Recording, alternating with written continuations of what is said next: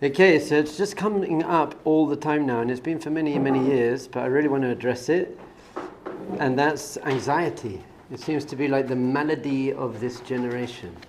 Everyone I speak to is, not everyone, but really a little bit uptight. They're either just slightly uptight and nervous, or you have people who are completely dysfunctional, very, very anxious. So the difference between fear and anxiety, fear is a present threat to my sense of self. That might be literally my life, or it could be my ego. Whereas anxiety is a future perceived threat to my sense of self. That's the main difference between fear and anxiety. So anxiety is a type of fear, but it's a fear projected into the future. And basically an anxious person creates a scenario in the future that they can't handle, and that is very triggering for them, and I call it catastrophize even. They just put layers upon layers upon layers. If this happens, then this will happen, I can't deal with it. So in general, we have pessimists and optimists. A pessimist is someone who says, I'm sure it's not going to be okay, and in general, even if it is okay, they'll be like, it will be not okay next time, or it could have been better. An optimist is someone who says, I'm sure it's going to be all right. And you know what? If it's not all right, I'm sure I'll deal with it. So I've got a pretty positive view on life. It's all going to work out. And if it doesn't, I'll deal with it. When it doesn't work out, I'm okay. Pessimist is, it's not going to work out and I can't handle it if it doesn't work out. So we have to really know how to address this. What I'm going to do today, though, is we're not going to uproot the cause of your anxiety. So if there's some trauma, something that happened to you in your life, and what trauma really is when you were threatened and you were unable to respond. That's what trauma is. Usually in a threatening situation, nature has given you this adrenaline, and with the adrenaline in general you have two responses to a threat, which is called fight or flight. It's a well-known thing. So an animal, if it gets attacked, if it's strong enough, it will fight back, and if it's not, it will run away. That's what it does. But there's a third thing is when I can't respond. When I have the adrenaline to fight or flight, but I'm, God forbid, being held down. Or there's just too many of them. Or I can't escape, but I also can't fight. I'm not strong enough. So at that point, you have the fight or flight adrenaline response, but you can't use it, so it's called freeze. And that energy gets stuck in your system, in your physical body and in your energy body, and that's what trauma is. So then later in your life, you can get triggered at any point. Something happens, reminds you of anything, and then you freeze again. And you can become dysfunctional from that. In general, trauma, seeing as it's physical and energetic, you don't deal with it by talk therapy. You talk about what happened to you. It doesn't really work because you have to release the energy. So there's somatic experiencing, which really helps you reprogram and release that energy. There's breath work, heliotropic through your mouth breath, which I found to be the most positive for this. Because there's a famous book called Waking the Tiger by Peter Levine. It's the trauma book. And he really uses the example of animals. If you see two ducks and they fight each other, when they swim away, you see them shake. You've seen that. Or if a deer is being chased by a lion and the lion gets up but it escapes and you see the deer shaking. That's your nature's natural response to trauma. That's how I'm releasing the trauma. So we've forgotten how to do that because we're not connected to our amphibian, I think, a higher brain, whatever it is. So we don't do it. So we need to be able to deal with trauma through release.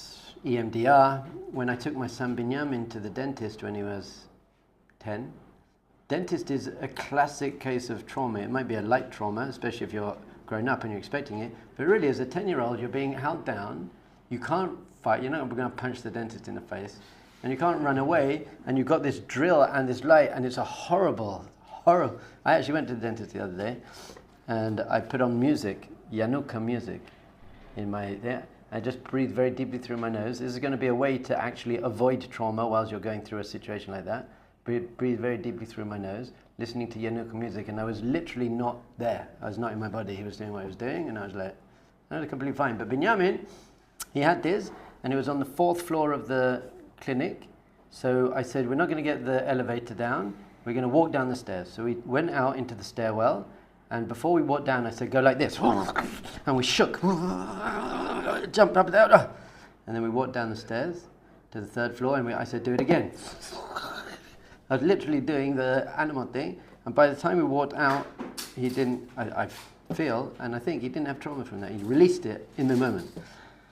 So that's how you release trauma in general. What I want to talk today is more about how to deal with a sense of anxiety and worry, unease in the moment. You're feeling a bit triggered and you're like, I'm feeling anxious right now. So I'm not talking about how to uproot the cause of the anxiety. I'm talking about how to deal with it when it arises. So Jewish wisdom teaches that really there's a mindfulness technique, a life skills technique that we learn from a pasuk in Devarim that we say 3 times a day. At the end of the second paragraph, at the end of the first paragraph of Aleinu, which is V'yadata hayam v'hashavata alavavacha. You should understand today. You should know. You should have a rational, reasonable, logical understanding. V'hashavata alavavacha means, and then you should integrate it. You should live with that, because Rabbi Nachman and many other people say the biggest distance in the universe is between your head and your heart. So you can know something to be true but not feel it, even in a simple way. I know smoking is not good for me, but I'm still smoking, or I know Hashem loves me, but I don't walk around feeling Hashem loves me because I've got such a difficult life and Holocaust or whatever it is. So we can know something to be true, but that doesn't mean we're experiencing it. Doesn't mean we've integrated it.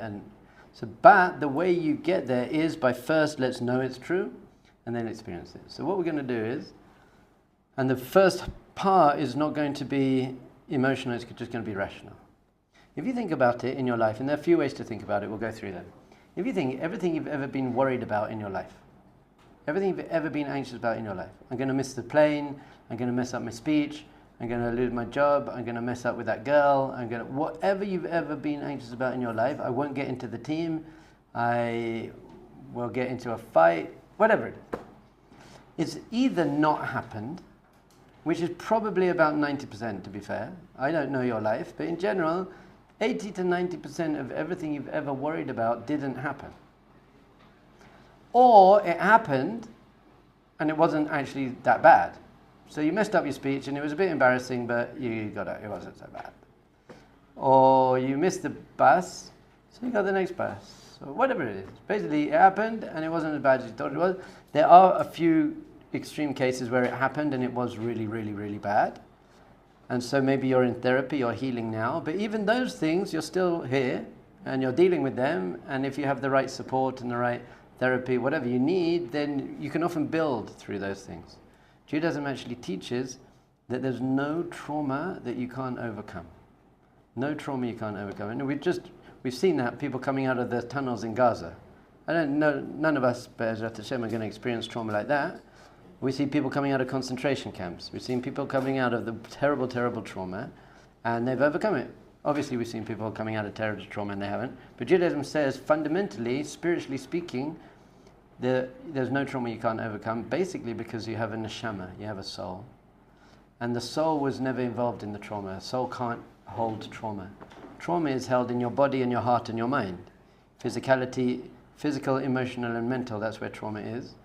Spiritual, the neshama is untouched. And we actually learn this from Hanukkah, the Hanukkah story, where Hanukkah story was that the Greeks went into the Kodesh HaKodeshim, the Holy of Holies in the temple, and they defiled it. So the deeper sources teach that that's a form of the most horrible, intimate trauma that you can go through. But then the Kohanim, the priests, came back and they found one jug of pure oil that was completely untouched, sealed with the Kohen's seal, that pure jug of oil, and that started lit, and there was a miracle from that light. So that's your neshama. So he's saying whatever intimate, deep, horrible trauma you may have gone through, you have to find that jug of pure oil, and we can do that. I don't want to talk too much about trauma. So in general, everything you've ever worried about in your life either didn't happen or it happened and you dealt with it. It either didn't happen, it happened but it wasn't that bad when it did happen, or it happened and it was really bad but you're dealing with it. Great? So that's going to be for the rest of your life. So once again, this is only rational, logical. This isn't going to stop you worrying, but just to understand, everything you've ever worried about and everything you are ever going to worry about either won't happen or will happen, and you'll deal with it. It might not be nice, but you'll deal with it. So this is, I often speak about fear of failure. And why do people have fear of failure? Because you get your sense of self based on what other people think of you. So if you try and you fail, you look bad. But someone who's not afraid of failure, because they don't get their sense of self based on what other people think of them, then I'm not afraid. I'd rather try and fail than not try at all. So it's really understanding that this whole thing that I'm making so significant. Remember, whatever you make significant, that becomes your experience of reality. This thing that I'm making so significant, probably not going to happen. I spoke to this girl many years ago, about 10 years ago now, one of my students, and she got diagnosed with some disease. Basically, she could go blind. She had a 40% chance of going blind. And she was only 21, 22 at that time. And she was very, very distressed about this. So I obviously validated her emotions, and I said, I'm so sorry, that's terrible. And then we really spoke about it, and I said, look, there are two options. One option is you won't go blind, which is 60% chance you're not going to go blind. But let's say you spend your whole life worrying about going blind. And you're 90 years old now, and you spend your whole life worried about going blind, and you didn't go blind. You just ruined your life. You could have had a perfect good life. Let's say, God forbid, you did go blind. God forbid. So worrying, either the worrying, there was no point worrying, you worried about something that never happened, or you worried and let's say, God forbid, you did go blind. God forbid. You'd deal with it. It'd be really, really hard, but there are many, many, many blind people, and you'd deal with it, and you'd learn, and you'd play with your grandchildren, and you'd be okay. So if you worry about something and it doesn't happen, then you just wasted all your time worrying about it. And so you ruined all this time and then it didn't even happen. But if you worry about something and it did happen, then worrying didn't help anyway. So it's either pointless or it just doesn't help, which means it's pointless. So the truth is, worrying doesn't help. Now this is one of my major rules in life. If it doesn't work, don't do it. There's no point doing things that don't work. So if you get a bad cut, don't pour vinegar on it, because that doesn't work. That's a strange thing to do. So people look at me as if I'm crazy and say, why would anyone do things that don't work? But you do that all the time. You overeat, you get frustrated when the bus isn't coming, you shout at people you love. You're always doing things that don't work. Not always, very often. Can you stop that? That doesn't work.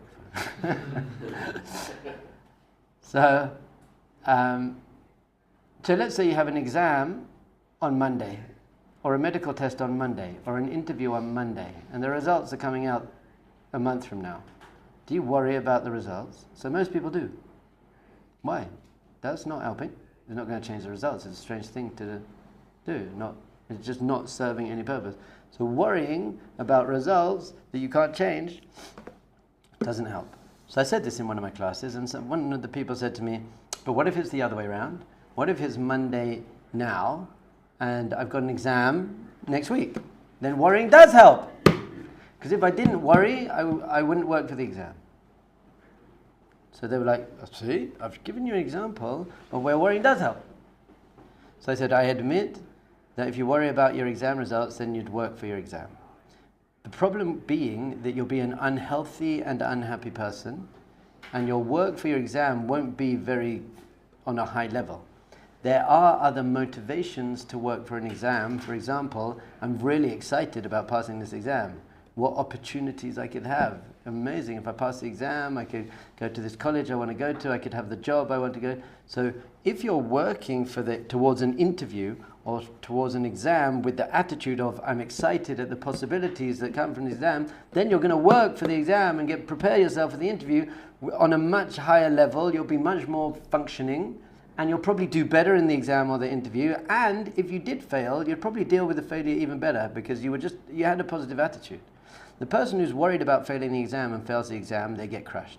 The person who's excited about passing the exam and they fail the exam, they're like, okay, I'll do again, or I wasn't meant to do it. It's just having a better positive attitude to life. So someone said to me the other day, but Rabbi, if I didn't worry about missing the plane, then I wouldn't get to the airport on time. I was like, no, just get to the airport on time because you're not an idiot. I'm not worried about missing the plane. But I don't miss the plane. Why? Because I know when it goes, and I know how long it takes to get to the airport, and I add half an hour just in case, and I get to the airport on time. So either worrying does not help, or yes, it can help, but it's not healthy, and there are better ways to do it. So even in that case where worrying might do something for you, it's going to make you a very unhealthy, uptight human being. And often I've seen that worrying creates the situation that you're worried about. I used to hike a lot in the Himalayas, and there were often, and this could never happen in England or America, you get sued, but often very small paths with no railing. They're very, very dangerous. The people on the hike who were worried about slipping and falling, they're the ones who used to the ones who weren't and they were confident, we just walked. So the fear itself often creates what you're worried about. So that's just rational. Rationally speaking, worrying doesn't help. If you worry and it doesn't happen, you wasted your time. If you're worried and it does happen, the worrying didn't help. Cool? So we understand that. And added to that, which is probably not going to happen anyway. And if it does happen, you can deal with it because you have everything you've ever worried about. So now we have a rational understanding that worrying doesn't serve any purpose. So practically then, how that's the Viyadata Hayam. That's how just understand this. Now how do we Hashavata Lavavacha? How do you actually start integrating that into your consciousness? So when you are feeling very worried about things, because if you're feeling very worried about things and then you think about what I just said, you're probably not going to help you. You're going to be like, oh no, I shouldn't worry, it doesn't help, but I'm worried anyway. And you'll probably even feel worse about yourself, and you'll beat yourself up for worrying about it because you... So how do you get out of any mental spin? Frustration, anger, fear, worry, all of this. That's your mind, especially into the future. Your mind's creating all people can't make decisions because they're like, if I do that, then I'll do that. So what happens is you've got into this mental cyclone about the future. So what do you have to do in that case is that you have to bring yourself into the present. You have to ground yourself. And there are three main ways you're going to do this. When you're feeling triggered by anything, you've got your three main ways. The first one is deep breathing through your nose. And if you've been to any of my classes, by the way, you now know that's my answer to everything in life. Breathing deeply through your nose. What does this do? The first basically physiological thing that it does is it calms your system down. Your system itself is triggered now, and you're worrying and you're in the... So just breathing deeply through your nose actually just calms you down. In fact, modern psychology, they like say, take a deep breath and count to 10. This is very good if you're in an argument, God forbid that you would be in an argument. Don't speak. Just take a deep breath, calm yourself down. So how does breathing calm yourself down? Physiologically, you're just getting more oxygen to your body, and you're sending a message to your system that I'm okay. Deep breathing is when you're sitting on the beach and you're relaxed, you're breathing deeply. When you're stressed, then you're breathing shallowly and fast. So forcing yourself to breathe deeply through your nose is sending a message to your system that I'm actually okay. The second thing it's doing is bringing you into the present moment, because you have to focus on your breath. And the third thing, spiritually, it connects you to your soul, because the word for soul is neshama, the word for breath is neshima. Beginning of the Torah, it says, V'yapach ba'apav nishmat chayim. Hashem blew into our nose. Our soul is in our nose. So you can actually connect to your soul. Your soul is very chilled, very calm, very present, very, very full of love and joy. That's number one. Number two, because that's often not enough if you're really triggered, you're just going to be like... So it's probably not going to work on its own. You have to do number two, which is even more powerful than breathing through your nose, which is ground your senses. Come into your senses, and your senses are also in the present moment. Your mind is now in the future, freaking out, but your senses are in the present moment. So if you can have a pleasant experience in the present moment. Pleasant experiences are nice. They also calm your system down. And they take you out of the future and they calm you down. So, for example, smelling lavender oil. Lavender oil is very calming. I gave this class once to some people, and about a month later, one of the people said, "Look, I'm really struggling with this." And I said, "What's working?" And she was like, "I can't stand lavender oil." So I was like, "Okay, use bergamot then, rose oil. They're a calming oil, but Just especially, by the way, smell, spiritually speaking, is what connects you to your neshama the most. Sages teach it. The Gemara says that smell is the sense that connects you to your neshama. So if you can just smell something, a piece of chocolate, my Rebbe, Bilvavi, proper like Panovich, like not some spiritual hippie, says put a piece of chocolate on your tongue. What does that do? And suck it. That literally sucks your triggered mind that's in the future and brings it into nice present moment. Put on some Yanuka music. I'm telling you, Yanuka's music is going to bring Mashiach if he isn't Mashiach himself. I just now put it on and my whole system is just like, everything's okay. It's just good. I'll send you some if you want to, but you're listening to some nice music. Once again, I don't want to find you sitting in the corner like... Everything very gentle. You're just being very gentle.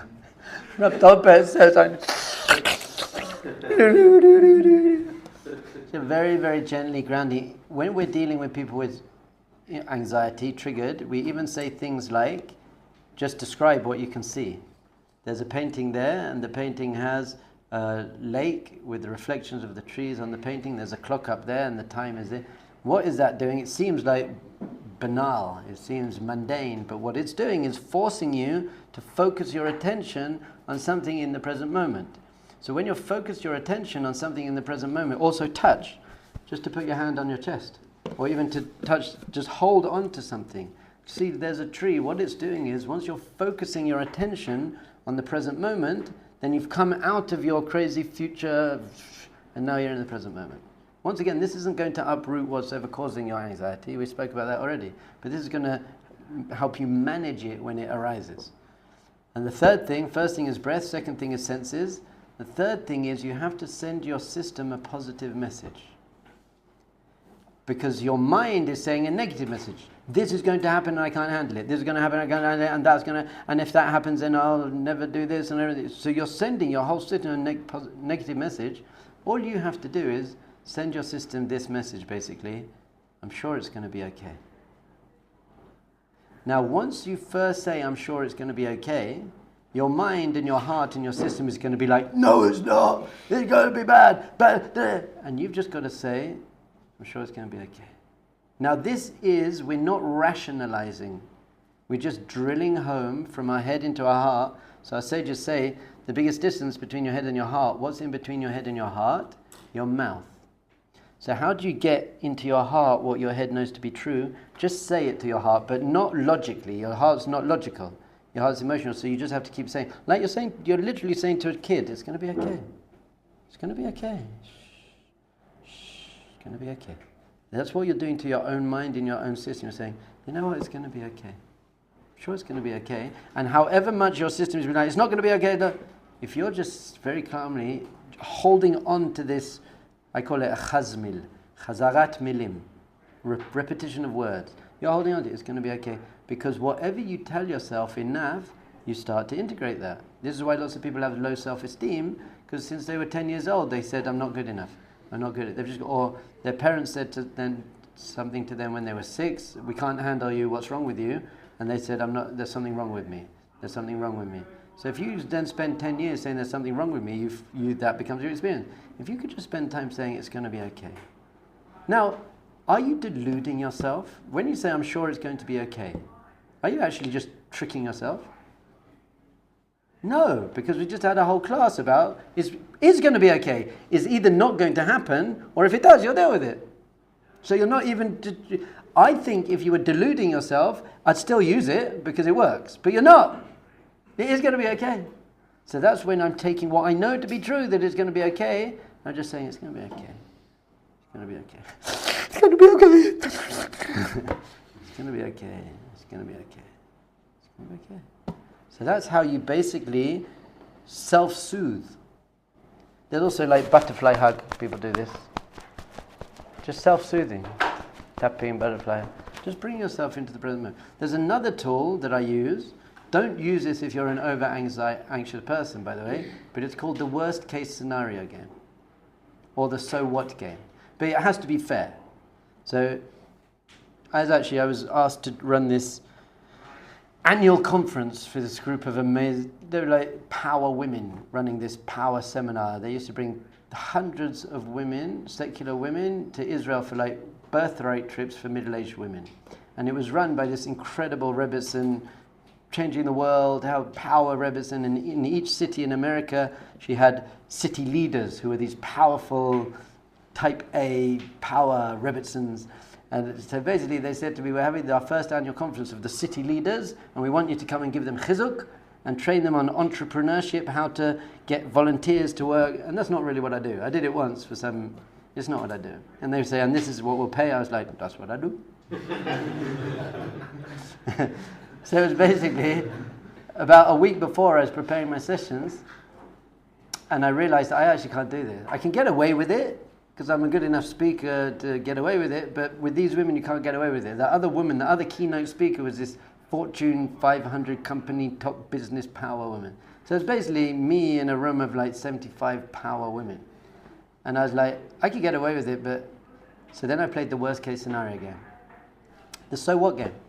Worst case scenario, they say, well, we just want to welcome Rabbi Dovber all the way from Jerusalem. We flew him in. We're so happy to have him. And they all stand up, and I get up there and I'm just like, I have nothing to say. I like pee my pants. I don't know what. I got food in my beard. It's a nightmare. Basically, I just freeze. That's the worst case. You got to, if you're playing this game, it's got to be real. It can't be, and terrorists are going to come out of the ceiling and cut my arm. You got to do what's a real, actual, possible worst case scenario. So the worst case scenario is I freeze. I'm very embarrassed. I walk off stage. So then I said, okay, so what? So I'd be very, very embarrassed. I'd lose my reputation as a speaker a bit. I might not get paid, but I'd go home and my wife would be like, I'm so sorry, she'd love me, and my kids would jump on me and they'd be so happy. A month later, I'd do like a TED talk, how to deal with the most embarrassing moment of your life. Basically, I'll be okay. I worked out I'm going to be okay. Once you play the worst case scenario game and you think to yourself, I could actually deal with the worst case scenario, and it's very unlikely to happen, that takes away a lot of that. It's like, I'll deal with it. And I did, and I went, it was great, and the first lady got up to speak and she was like, women, you have to stretch yourself. Stretch it. I was like the female energy in the room at this point. Women, you got to stretch yourself. So, and then they introduced me. I said, well, you heard her. You got to stretch yourself. Everyone stretch your neck and shoulders, twist it. They loved it. It was cool. And then it was great. I gave them a, because I did it. Yeah, I did it. And then I asked for more money. I said, I did. I was like, I really put in a lot of work in this. And they were like, so they gave me more money. It was great. So I got lots of stories like that. I was asked to speak in London, a Shabbaton in Manchester in London. They had 300 people coming Friday night and decorated in Whitefield. They decorated the whole room with Chinese lanterns and they had sushi and Chinese chicken. It's good because of my story. Wherever I go to speak, I get all the like Asian food, fake Asian food. And then I was speaking in 5 different places on Shabbos day, and it was in the Jewish newspapers in Manchester, like Rabbi Dovber coming. There were hundreds of people coming to see me speak. Got to the airport Thursday night, and I gave him my thing, and he said, oh, you don't have a seat on the plane. I was like, what do you mean? I've got a ticket. He goes, you got a ticket, not a seat. So I said, what do you mean? He said, there are 200 seats. We sell 205 tickets. The first 200 people to check in, they get seats. And the other 5, we give them a voucher. You can come another time. I was like, but I need to go. Did I freak out at that point? No, why not? Because it wouldn't have helped. So I said to him, look, what should I do? Like, what did you do? I really need to get... I played a quick worst case scenario game. Worst case scenario is I don't go. They're really upset in Manchester, but I'll find someone else to speak and I'll go and have Shabbos with my family. So like, I'll deal with this. I'm not... Other people would be like, oh no, they're going to be so angry with me and they'll hate... I'm like, they'll be upset, but he said, just go through and wait by the gate. Maybe people won't show up. I said, what do you mean? You said 200 people already checked in. He goes, yeah, but traffic, people... I was like, okay. So I checked in and I went and it was like 2.5 hour wait. So then I did practical things. First practical thing, I looked up, is there a different way to get there now? So if there was a flight from somewhere else in an hour and a half, which I probably wouldn't get on, and that was taking me to London, and I'd have to get a bus to Manchester. And the other practical thing in Jewish wisdom is tefillah. So I said, look, but I didn't freak out. I was like, oh, sure. I'm like, Hashem, I want to speak to your kids. You want me to, I want to inspire Jewish people. I want to get on the plane. And it was good money. So I was like, I need the money. And then I sat and I learned. And then like 10 people didn't turn up. I got 2 seats. It was like, cool. Now let's say I'd worried about not getting on the plane and then I got on the plane. I would have felt like such an idiot. I'd been like, I just spent 2 hours worrying about something that didn't happen. But let's say I worried about not getting on the plane and I then didn't get on the plane. I'd be like, I'm such an idiot. I just spent 2 hours worrying about something that I couldn't change anyway, and I would have gone home and had troubles with my wife and kids. That would be okay. So basically that's it. It's either not going to happen or you'll deal with it if it is. So in the moment, all you have to do is send that message to your system. Breathe, calm your nerves, say it's going to be okay, and then you'll deal with it. Is that Hashem? That's it.